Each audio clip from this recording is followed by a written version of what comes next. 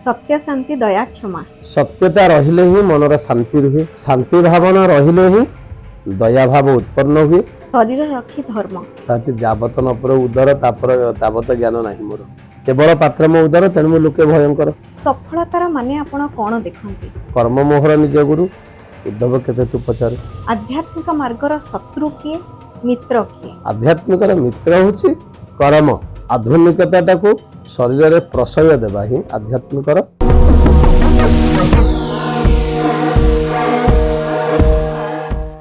सत्य शांति दया क्षमा आजिका समय मध्य पूजा पाठ रे कामना करा जाउछि।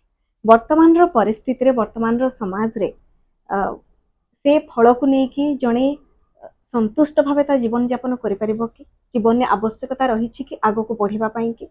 निश्चिंत आवश्यक रहुछि। सत्य शांति दया क्षमा ये होछि गोटे मनुष्य शरीर अंग सदृश। सत्यता रहिबा दरकार। सत्यता रहिले ही मनर शांति रुहे, शांति भावना रहिले ही दया भाव उत्पन्न हुए एवं दया रहिले ही क्षमा जने देई पारे। तेणु ये होछि मनुष्यर गोटे अंग कहले चले। सत्य गोटे अंग, शांति गोटे अंग, दया गोटे अंग, क्षमा गोटे अंग। ये चारोटी जगह अंग जदि न रहिबो ताले मनुष्य मनुष्य ही रहिबनी। शरीरटा मनुष्य थबो किंतु मनटा मनुष्य ही जीवो। तेणु सत्य शांति दया क्षमा आमे भगवान को प्रार्थना करू जे ये चारोटी जाक जिनिस आम पाखे सब जाग्रत रहू। तो जाग्रत रहिले ही आमे जीवन शैलीटा को बदल पारिबु। जन जदि सत्य न रखिबो से तो सब असत्य चलो। तो असत्य चलिले सी सीना आग को बढ़िबो किंतु मन में शांति नथबो। कारण मन में सब भय थबो। चोरी करुची तार मन में तो भय रहिबो ना, मु केते बंधाई जीवी। तो जदि शांति नहीं सेठी ता पाखरे दया भाव आसीबनी। किमि दया भाव आसीबो? से तो निजको बंचाइबा ପାଇଁ से सबल ପାଇଁ बुलिला ना, से कहा ପାଇଁ दया केतेले करिवो? जदि दया नहीं क्षमार अर्थ से तो जानि नथबो। तेणु सत्य शांति दया क्षमा से चारोटी अंग जदि गोटी अंग ताधर पळैला आ गोटी अंग मध्य रहिबनी। तेणु सत्य रहिले शांतिर उत्पन्न हबो, शांति रहिले दया भाव आसीबो एवं दया भाव आसिला मध्य क्षमा से दब कारण ता मन में दया भाव अच्छी। शरीर रखी धर्म जोटा जनरली साधारण रे कहा जाय थाए जे शरीर रखी धर्म आको आपण केमिति जस्टिफाई करिवे? कोन आरो प्रकृत अर्थ? तेणु गोटे जिनिस शरीर रखी धर्म निश्चिंत। आमर शरीर न रहिले तो धर्म आम का करवा? गोटे कथा अच्छे जाबत न पर उदर ताबत ज्ञान नाही मोर, केवल पात्र मो उदर तेणु लोके भयंकर। इटा गोटे कथा कहई। तेणु शरीर आमर जदि अच्छी मनुष्य जीवनटा केवल भोजन पर नुह, भोजनटा बहु प्रकार अच्छी। आम भोजनटा को केवल खाद्य बोली कहवा सेटा भी नुह। तो से चिंताधारा केवल जदि आध्यात्मिक भावना आसो ताको जने बुझी पारिबो। से आध्यात्मिक भावना रे तुमर ये जो हमर पनीपरिया भल मंद रहउछि सुस्थ रहबा आवश्यक। निश्चिंत निश्चिंत धर्म करबा पई कि प्रत्येक जिनिस रे हमर खाद्य रहउछि। गोटे भल पाइबा गोटे खाद्य, गोटे मनुष्य को किछि न दिया जिवो ताको जदि भल पाइबा दिया जिवो से मध्य से भल पाइबा को आधार करी जोठी गोटे प्लेट भात खाए एतिक भात रे मध्य से चली जिवो। काहे कि ना तार मनरटा सुस्थ रहिला। तेणु से खाद्यटा ताको सेठु मिलला। गोटे साधारण लोक पई, जने साधारण लोकंक पई सफलतार माने आपण कोन देखंती? टंका, प्रतिपत्ति ना आउ किछि? गोटे साधारणतः लोक पई कि सफलताटा होची तार कर्म। कर्मटा से केते दूर ठीक करूची। कर्म मोहर निज गुरु, उद्धव केते तू पचार। टंका प्रतिपत्ति से तो मिलुची, आज मिलिबो काली मिलिबनी, आज अच्छे काली रहिबनी। तुम पाखे टंका अच्छी जब तुम पाखे शरीर रोगाक्रांत हो जाइछ, टंकार सफलता किसी तुम अनुभव ही कर परिबनी। तुम तो सेजरे पड़िबो, तुम पाखक भी केही आसीबिनी। जदि तुम किसी सत्कर्म करिथबो, किसी कहा पे कि भल करिथबो, तो से भल भावना नहीं कि तुम पाखु पांचटा लोक आसीबे। तो सेटा ही तुमर सफलता। जने लोक बहुत पैसा वाला अच्छी କିଛି ଅସୁବିଧା ନାହିଁ, ସେ ତାର କର୍ମ ବଳରେ ତାର ପାରିଶ୍ରମିକ ବଳରେ ସେ ପଇସା ଉପାର୍ଜନ କରିଛି, କିନ୍ତୁ ସେ ଉପାର୍ଜନରୁ ତାଙ୍କର ଯେତିକି ଆବଶ୍ୟକ ସିଏ ରଖିକି, ଗୋଟେ ଗଛରେ ଅଛି ଆପେ ବଞ୍ଚିଲେ ବାପର ନା, ନିଜେ ବଞ୍ଚ, ନିଜେ ବଞ୍ଚିଲା ପରେ ମଧ୍ୟ ପାରିପାର୍ଶ୍ୱିକରେ ଯଦି କିଛି ଦୁଃଖରେ କିଏ ଅଛି, ଗୋଟେ କଥାରେ ଅଛି ଦାନେ ଦୁର୍ଗତି କ୍ଷୟ।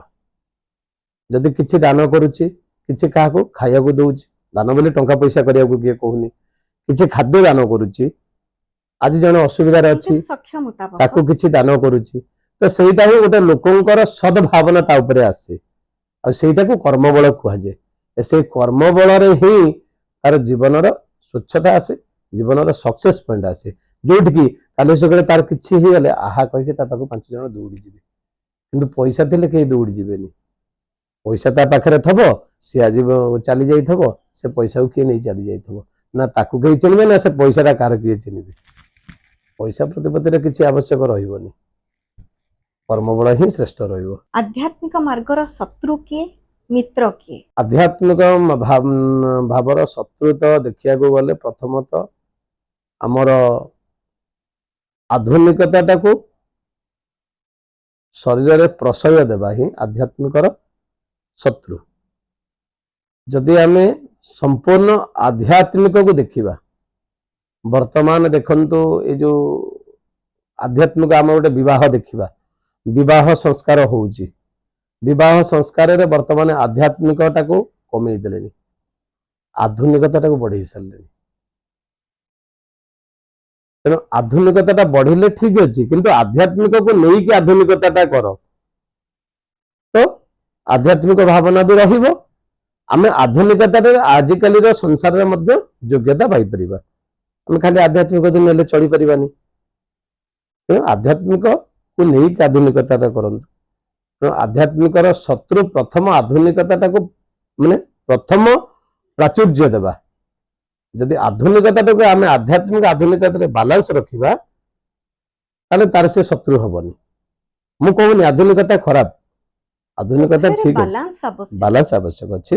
ଆଧ୍ୟାତ୍ମିକ ସମ୍ପୂର୍ଣ୍ଣ ଯେତିକି ଭାବେ ରହିବ, ଆଧ୍ୟାତ୍ମିକତାକୁ ଭୁଲିକି କେବଳ ଗୋଟେ ପାଶ୍ଚାତ୍ୟ ସଂସ୍କୃତିକୁ ଆପଣାଇବାଟା ନାଇଁ ପାଶ୍ଚାତ୍ୟ ସମ୍ପ୍ରତି ଆପଣେଇଲେ କିଛି ଅସୁବିଧା ନାହିଁ। ଶୁଣନ୍ତୁ, ଗୋଟେ ଜିନିଷ ହେଲା ସ୍ଥାନ ଯଥା ବିଧିହତେ, ଆମେ ଯୋଉ ସ୍ଥାନରେ ରହିବା ସେ ସ୍ଥାନର ମୂଲ୍ୟବୋଧ ବୁଝିବା ଦରକାର।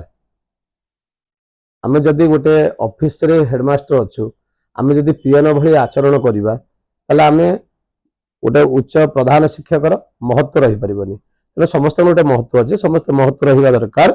ତେଣୁ ସେଇଭଳି ଭାବରେ ବର୍ତ୍ତମାନ ଆଧୁନିକତାର ସମୟ ଚାଲିଛି, ତେଣୁ ଆଧୁନିକତାର ସମୟରେ ଆମେ ଆଧୁନିକତା ରଖିବା ଦରକାର ନିହାତି, ସମ୍ପୂର୍ଣ୍ଣ ଭାବେ ଯେହେତୁ ଆଧୁନିକତାକୁ ନାଇଁ ଦୂରେଇ ସମ୍ପୂର୍ଣ୍ଣ ପାରିବାନି। ଆଧୁନିକତା ଦୂରେଇ ପାରିବାନି, କିନ୍ତୁ ଆଧ୍ୟାତ୍ମିକ ଭାବନାଟା ପ୍ରଥମରୁ ଯୋଉ କହିଲି ନା, ଆଧ୍ୟାତ୍ମିକ ଭାବଟା ଏଠି ରହିବା ଦରକାର, ଅନ୍ତର ଭିତରେ ଆମର ମନ, ଆମର ଚିନ୍ତାଧାରା, ଆମର କାର୍ଯ୍ୟକଳାପ ଆଧ୍ୟାତ୍ମିକ ରହିବା ଦରକାର, କିନ୍ତୁ ଆମେ ବାହାରକୁ ଆଧୁନିକତା ରହିବା ଦରକାର। ଆମର ରୁଟ୍ ଟା ରହିବା ଦରକାର ସ୍ପିରିଚୁଆଲ ସ୍ପିରିଚୁଆଲ କନେକ୍ସନ ସହିତ, ମାନେ ଷ୍ଟାଟସ ରହିବା ଦରକାର, କନେକ୍ଟେଡ ରହିବା ନିଶ୍ଚିନ୍ତ ଦରକାର। କିନ୍ତୁ ବର୍ତ୍ତମାନର ସମୟକୁ ନେଇକି ଆମକୁ ଆଗକୁ ଚାଲିବାକୁ ପଡିବ। ଆଧୁନିକତା ନହେଲେ ଆମେ ତ ଆଗକୁ ଯିବେ ପାରିବେନି, ଆମେ ତ ପଛରେ ରହିଯିବା, ତାହେଲେ ଆମର ସ୍ଥିତି ତ ବଢିପାରିବନି। ତେଣୁ ଆଧ୍ୟାତ୍ମିକର ପ୍ରଥମ ଶତ୍ରୁ ଆଧୁନିକତାଟାକୁ ପ୍ରାଚୁର୍ଯ୍ୟ ଦେବା। ଯଦି ଆମେ ବାଲାନ୍ସ ରଖିପାରିବା ତାହେଲେ ଶତ୍ରୁ ହବନି। ମିତ୍ର, ଆଧ୍ୟାତ୍ମିକର ମିତ୍ର କିଏ? ଆଧ୍ୟାତ୍ମିକର ମିତ୍ର ହଉଛି କର୍ମ। ଆମେ କର୍ମଟାକୁ ଯଦି ଜଗି ପାରିବା, ତାହେଲେ ଆଧ୍ୟାତ୍ମିକ ଆମର ଭାବନା ଅଟୋମେଟିକ ଚାଲିବ। ଆପଣଙ୍କୁ କହିଲି ନା, ପ୍ରଥମେ ଯୋଉଟା ପଚାରିଲେ ସତ୍ୟ, ଦୟା, କ୍ଷମା, ସତ୍ୟ, ଶାନ୍ତି, ଦୟା, ତେଣୁ କ୍ଷମା। ସତ୍ୟ, ଶାନ୍ତି, ଦୟା, କ୍ଷମା ଇଏ ହଉଛି କର୍ମର ଗୋଟେ ଗୋଟେ ଅଙ୍ଗ। ତେଣୁ ଇଏ ଯଦି ରହିବ, ଇଏ ହଉଛନ୍ତି ଆଧ୍ୟାତ୍ମିକର ମିତ୍ର। ଏ ସତ୍ୟ, ଶାନ୍ତି, ଦୟା, କ୍ଷମା ଯାହା ପାଖରେ ଅଛି ନା, ସେ ଆଧ୍ୟାତ୍ମିକ ଭାବନାଟାକୁ ନିଜ ଭିତରେ ବାନ୍ଧିକି ରଖିଛି, ଇଏ ନିଶ୍ଚିତ ଭାବରେ ତାଙ୍କର ମିତ୍ର।